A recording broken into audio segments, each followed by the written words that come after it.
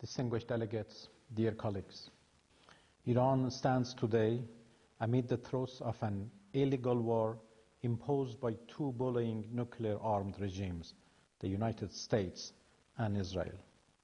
This war of aggression is blatantly unjustified and brutal. They initiated this aggression on 28 February, while Iran and the United States were engaged in a diplomatic process to resolve Americans' alleged concerns over Iran's nuclear program. They betrayed diplomacy for a second time in the course of 9 months by torpedoing the negotiating table. Among the most harrowing manifestations of this aggression was the calculated, phased assault on Shajara Tayyeba Elementary School in the city of Minab, south of Iran, where more than 175 students and teachers were slaughtered in cold blood. This barbaric attack is but the visible tip of a far bigger iceberg, one that conceals beneath its surface far graver catastrophes, namely the normalization of the most abhorrent violations of human rights and humanitarian law, and the audacity to commit atrocity crimes with impunity. Mr. President, at a time when the American-Israeli aggressors, in their own assertions, possess the most advanced technologies and the highest precision military and data systems, no one can believe that the attack on the school was anything other than deliberate and intentional. Targeting Shajarat Tayyib School was a war crime and a crime against humanity, one that demands unequivocal condemnation by all and unambiguous accountability for the culprits. This atrocity cannot be justified, cannot be concealed, and must not be met with silence and indifference. The attack on Shajarat Tayyib School in Minab was not a mere incident nor a miscalculation. The United States' contradictory remarks aimed at justifying their crime could not, in any manner, elude their responsibility. To denounce such a merciless assault on a place inherently civilian, a place where the most innocents reside and pursue knowledge, is not merely a legal obligation under human rights frameworks. It is a moral and human imperative. Our conscience will judge us more profoundly than any tribunal ever could. Distinguished delegates, Shajarat Tayyib Elementary School has not been the only casualty of American-Israeli atrocity crimes during the past 27 days of their illegal war. Human rights and international humanitarian law have been massively and systematically violated by the invaders in an unprecedentedly brutal manner. They are targeting civilians and civilian infrastructures with no regard for laws of war and basic principles of humanity and civility. More than 600 schools have been demolished or damaged across Iran, and more than 1,000 students and teachers martyred or wounded as the result. The aggressors, who are arrogantly shouting, "No mercy, no quarters," and threatening to strike Iran's vital infrastructure, have been attacking hospitals, ambulances, health workers, Red Crescent rescuers, refineries, water sources, and residential areas. War crime and crime against humanity are not sufficiently describing the gravity of the atrocities they are committing.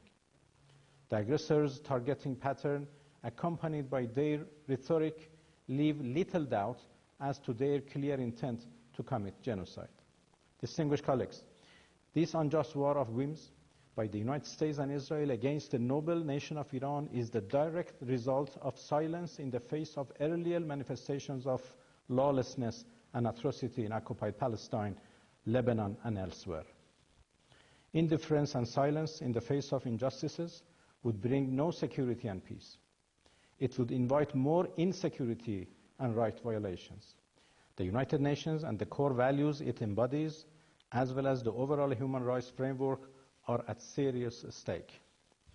You all need to call out the aggressors and let them know that the community of states, the human collective conscience, hold them accountable for the abhorrent crimes they are committing against Iranians. Iran has never sought war. Iranians are a peaceful, noble nation inheriting one of the richest civilizations on earth. Yet, they have demonstrated absolute resolve and determination to defend themselves against the brutal aggressors who know no boundary in perpetrating all sorts of crimes, a defense that shall persist as long as needed. And thank you for your attention.